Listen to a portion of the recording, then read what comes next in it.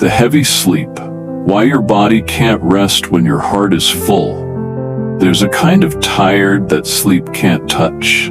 A kind of heaviness that doesn't lift, even after 8 hours with your eyes closed. You wake up groggy, disoriented, like your dreams were busy places, like your mind was sorting through something all night. And maybe it was, because your brain isn't just trying to rest, it's trying to process. And if you've been carrying unspoken words, uncried tears, unresolved grief, lingering guilt, or even too much unshared joy, your body feels that. It stores that. It holds it all in the same space where it's supposed to find rest. So when we talk about insomnia, fatigue, burnout, we often focus on routines, on habits, on sleep hygiene. But rarely do we ask the deeper question, what am I emotionally full of right now? Because rest is not just about what you do at night. It's about what you refuse to feel during the day. See, your nervous system doesn't know the difference between a lion chasing you and an emotion you're afraid to face. It responds to both with the same alertness, the same tension, the same not safe to relax yet signal. So when you push your emotions down, when you swallow sadness, pretend everything's fine, smile through the anger, distract yourself from the ache, your body doesn't know you're coping. It thinks you're in danger. It stays on. And when it's on, it doesn't rest.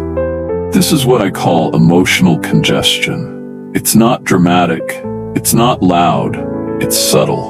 It builds slowly, layer by layer, until you feel foggy, disconnected, irritable, and bone-tired. You might find yourself avoiding silence because you're afraid of what might rise up in it. You keep your schedule full because slowing down feels too vulnerable. And when you finally lie in bed at night, instead of peace, there's a wave of noise. Not outside, but within. Memories, worries, forgotten conversations, what you should have said, what you wish you hadn't said.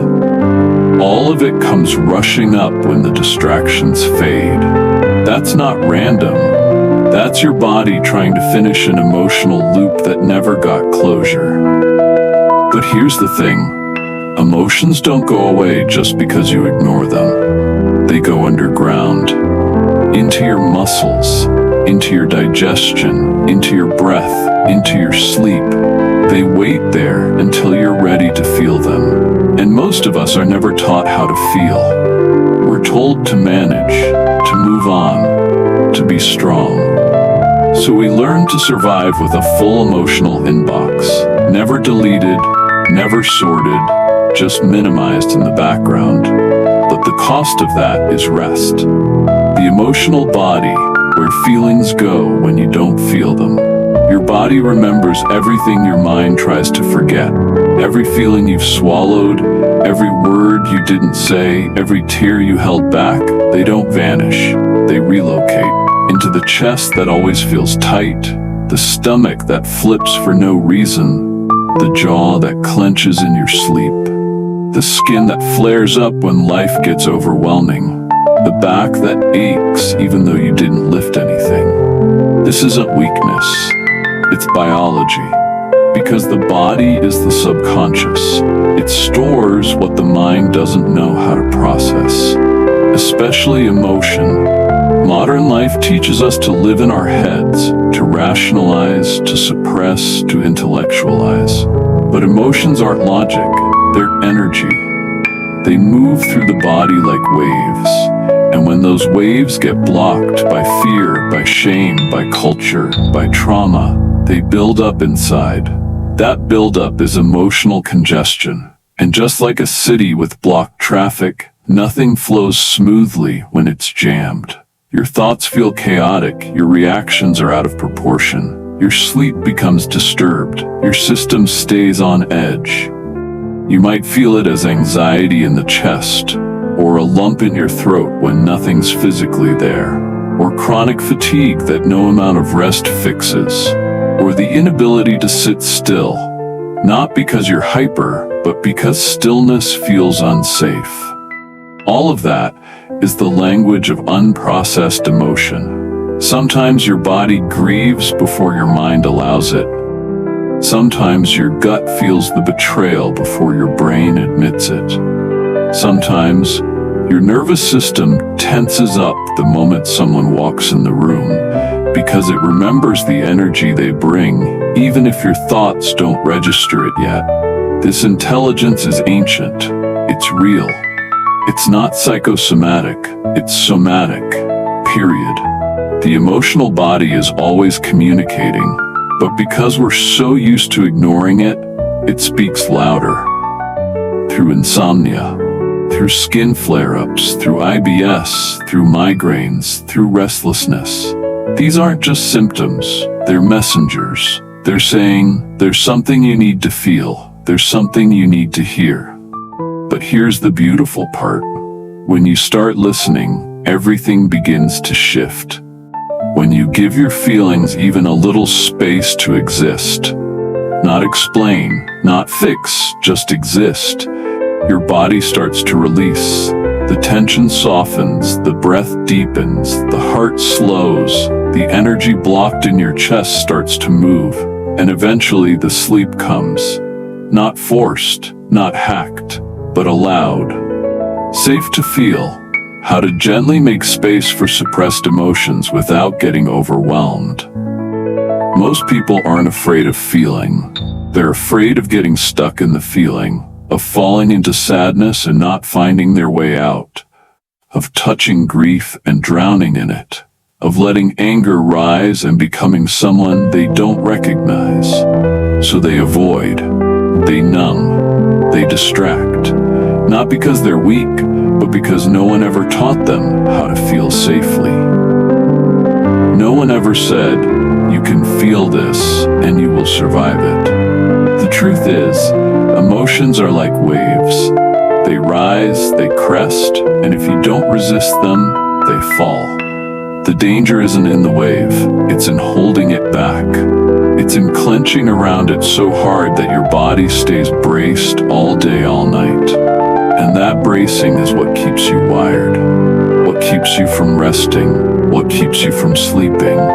So how do you feel without getting overwhelmed? First, don't dive into the deepest part right away. You don't have to excavate your childhood trauma tonight. You don't have to crack yourself open to heal.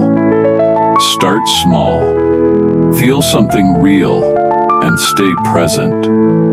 Maybe it's the tightness in your throat after a hard conversation. Maybe it's the sadness in your chest when you remember someone who's gone. Maybe it's just the annoyance you pushed down when someone dismissed your feelings. Let that emotion exist for just 1 minute. Just 60 seconds. Breathe with it. Don't analyze it. Don't try to change it. Just say, you're allowed to be here. Then watch what happens. Second, anchor yourself in the body. When you feel something big rising, place one hand on your chest, one on your belly. Feel the weight, feel the contact. It tells your nervous system, I'm still here, I'm not lost in this. Movement helps too. Rocking, swaying, even walking slowly while noticing your feet. This grounds the emotion. It gives it a container. Third, let the emotion move how it wants to move. Maybe it wants to cry. Maybe it wants to sigh. Maybe it wants to scream into a pillow or write something raw in a notebook. Let it. Emotions are energy. If you don't let them move through you, they'll live inside you. And that's what keeps your system tense long after the moment has passed. Fourth, don't do this alone if you don't have to. Sometimes safety comes from co-regulation.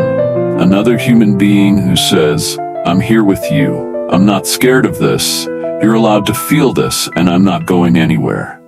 That could be a friend, a partner, a therapist, even a journal or a voice note to yourself. What matters is the emotion gets seen, and seen emotion is safer than suppressed emotion. And finally, rest afterward, not as a reward, but as integration.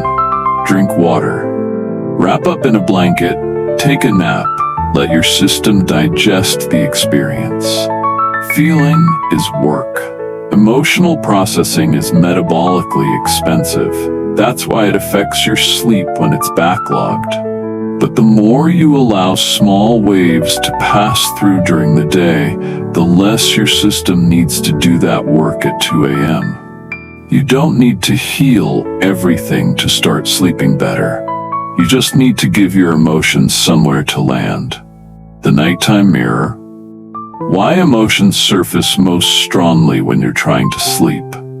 It's strange, isn't it? You move through the whole day without falling apart. You hold it together. You answer emails, smile when you're supposed to, cross things off the list. Maybe you even laugh, even function. But then night comes, and suddenly, when your head hits the pillow, everything you pushed down during the day begins to rise. Your chest tightens, your heart beats louder. You remember something from years ago that shouldn't matter anymore, but still does. You think of the conversation you avoided, the grief you never had time to feel, the loneliness you tried to silence with distraction. It's not a coincidence. It's biology. It's your body finally having the stillness, the space, the safety to bring up what it couldn't earlier. During the day, your brain is busy surviving. It's scanning, solving, performing. That keeps the emotional brain quiet, not because it's at peace, but because it's suppressed. But the moment external stimulation fades, no more notifications, no one asking anything of you, no more background noise, your nervous system shifts. It finally has a chance to process, to exhale, to speak. And what does it say? Everything it wasn't allowed to say before. So when emotions rise at night, it's not sabotage, it's opportunity. It's your system finally saying, can we look at this now? But because most of us never learned how to feel in safety, the appearance of emotion feels like threat. So we panic, we reach for our phones, we tense up, we resist, and that resistance creates even more stimulation, which wakes the brain up again. And just like that, the sleep window closes. This is why rest doesn't just require a quiet room. It requires an inner quiet.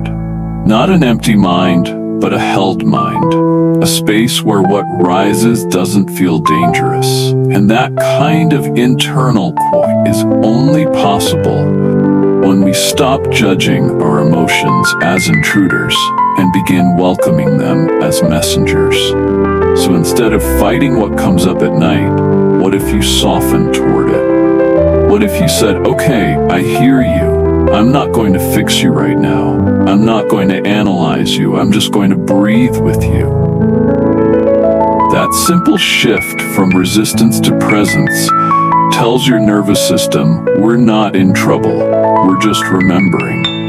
And remembering doesn't have to hurt. It can be gentle. It can even be sacred. Because the truth is, your nighttime self is not trying to ruin your sleep. It's trying to release what your daytime self didn't have time to feel. And the more you give it space, the more your body learns it's safe to process, it's safe to feel, and yes, it's safe to rest. The body is journal, gentle practices to release emotional congestion before bed. Your body holds stories your mind doesn't have words for yet. So when nighttime comes, instead of asking your brain to quiet down, what if you asked your body what it needed to release? Not to fix, not to analyze, just to let go. The body, after all, is the oldest journal we have. And like any journal, it only needs a space, a rhythm, and a little permission. The first practice is simple: somatic shaking. Find a quiet spot before bed. Stand or sit. Let your arms hang. Then begin to gently shake your hands. Let the movement rise into your elbows, your shoulders, maybe your torso. It doesn't have to be big or dramatic. just enough to feel like your body is exhaling energy it doesn't want to carry into sleep. Animals do this all the time after stress. Humans forgot, but we can remember. Shake for 30 to 60 seconds. Then stop. Breathe. Notice. Next, try emotional scribbling. Grab a notebook, nothing fancy. Set a timer for 3 minutes. And just write. Not full sentences. Not even coherent thoughts. Just what's in your body. I feel tight. I feel blank. I feel angry, but don't know why. It doesn't have to make sense, it just has to move. The pen becomes your nervous system's pressure valve. You don't need to reread, you don't need to save, just release. You can also practice exhale-focused breathing. Inhale gently for 4 counts, exhale slowly for 6 or 7. The longer exhale tells your vagus nerve, we're safe, we're not running. Do this for 2 to 3 minutes. Pair it with placing a hand on your chest or belly. This simple combo creates a container for any lingering emotion. It says you're held, you're safe, you don't have to talk right now, just rest. For some, gentle touch helps, lightly massaging your neck, your temples, your forearms, not as skin care, as soul care. Imagine you're comforting a version of yourself who went through something hard today and didn't get seen. You're not fixing, you're witnessing. And one of the most powerful, speaking out loud to your body, in a whisper, in the dark. Say something like, I know you're holding a lot. Thank you. You don't have to carry it all tonight. You can let some of it go. The nervous system responds to tone more than words. Your voice, especially if it's soft and sincere, becomes the lullaby. These practices are not about productivity. They're not even about sleep as a goal. They're about giving your body what it needs to stop bracing against the day. They're about turning inward with kindness, not control.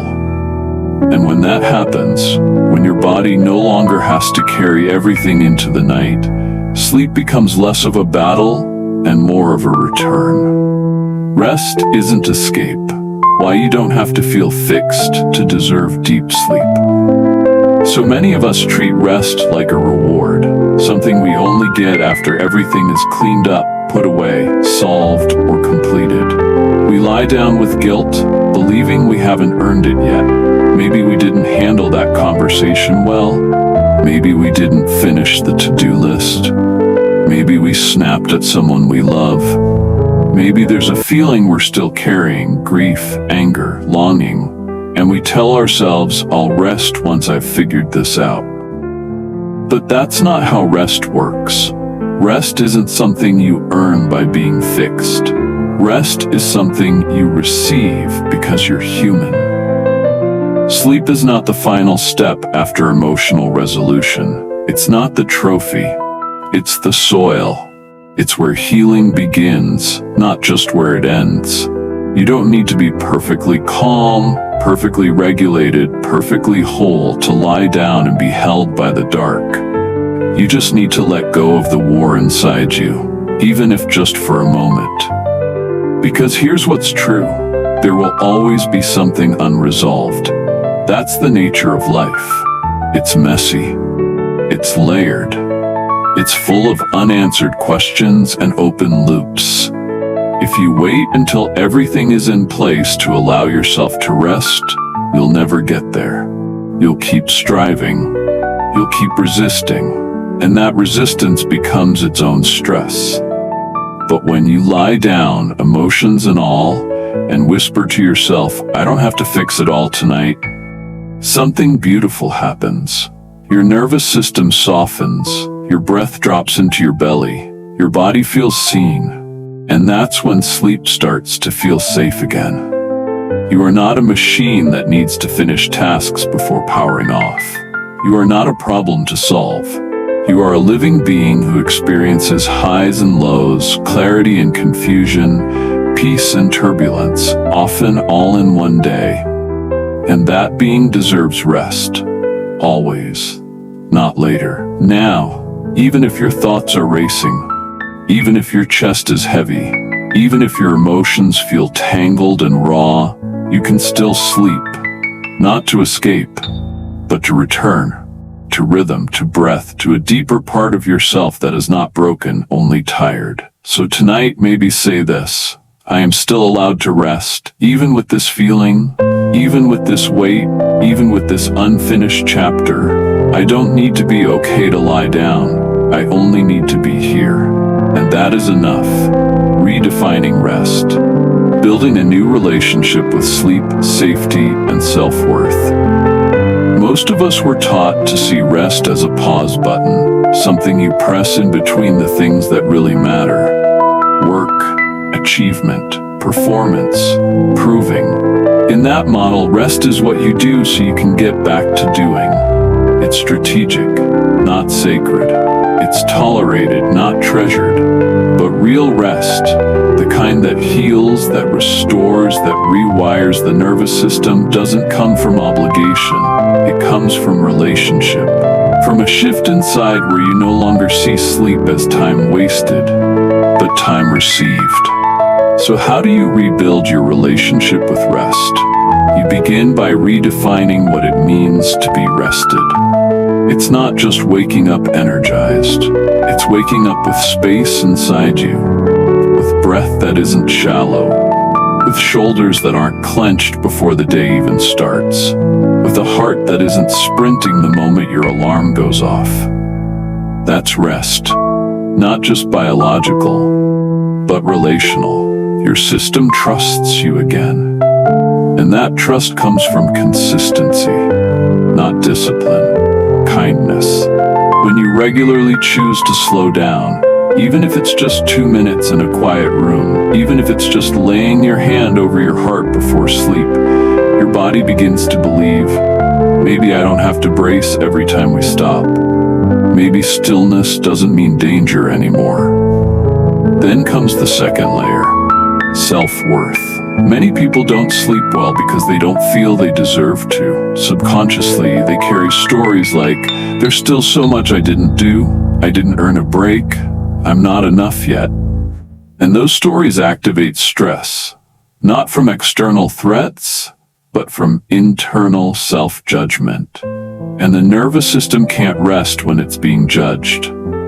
So to redefine rest, we must also redefine worth. Not earned, not measured, just inherent. You're not worthy because you produced. You're worthy because you exist. You're not valuable because you've done everything perfectly. You're valuable because you're breathing, because you made it through the day, because you are here. That's the deeper work, and it's why some people can't sleep no matter how quiet the room is. Because their inner world is still demanding performance, still saying not yet, do more, be better. Rest isn't about shutting down, it's about letting in compassion, letting in softness, letting in the truth that there's nothing you have to prove in order to be allowed to stop. And that brings us to safety. Safety is the soil where sleep grows. And safety doesn't come from a perfectly curated bedroom or a 10-step night routine. It comes from how you speak to yourself in the dark.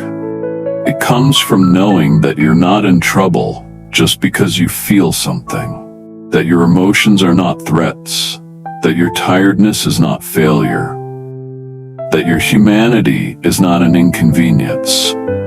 When you begin to relate to sleep as an act of love, not just recovery, everything changes. You stop punishing yourself for being tired.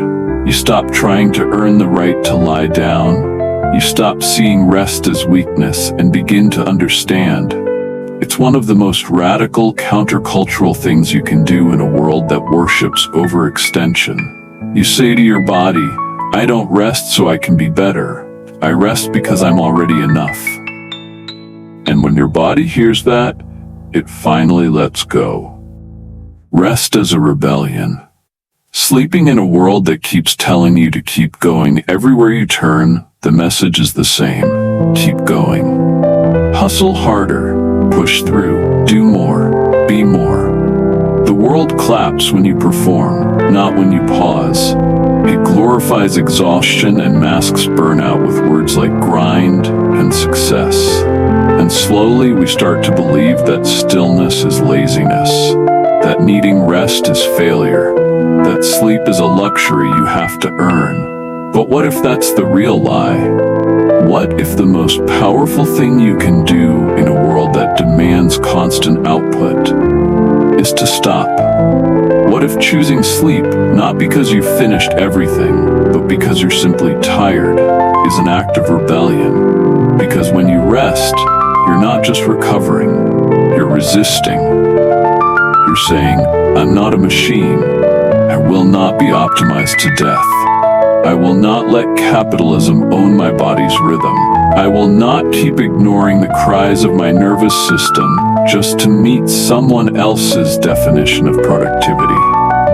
Rest is how you reclaim your humanity. It's how you tell the parts of you that have been running, proving, performing for years, you can sit down now. You're not in danger. You don't have to earn love. You don't have to be useful to be safe.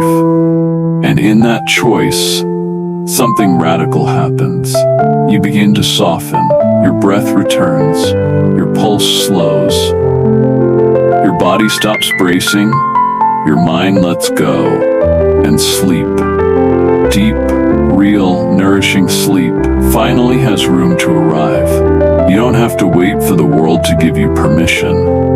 You don't need to wait until your inbox is empty or your healing is complete.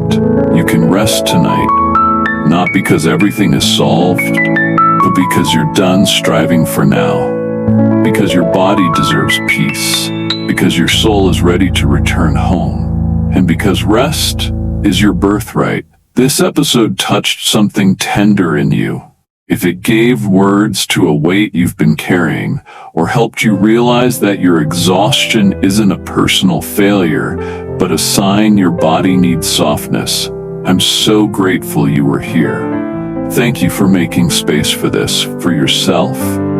You could have scrolled, you could have distracted, you could have powered through again, but you didn't. You stopped. You listened. You gave yourself this moment of quiet truth. That is no small thing. If someone came to mind as you were listening, someone who always seems tired but never talks about it, someone who's strong but quietly unraveling inside, please send them this episode. You never know how much one gentle voice can shift the course of someone's night or their healing. If this series has been meaningful for you, I'd love to hear your thoughts. Leave a review, message me, or just share a sentence that resonated most. Not for the algorithm, but because real connection matters. And most of all, remember, you don't have to be fixed to deserve rest. You don't have to finish healing to be allowed to sleep. You are not behind. You are not broken. You are simply human, and humans need to feel, to breathe, to slow down. So as you prepare for sleep tonight, maybe whisper this to yourself. I am allowed to rest.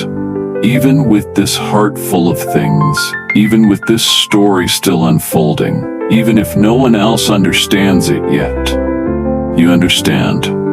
And that is enough. I'll see you in the next episode.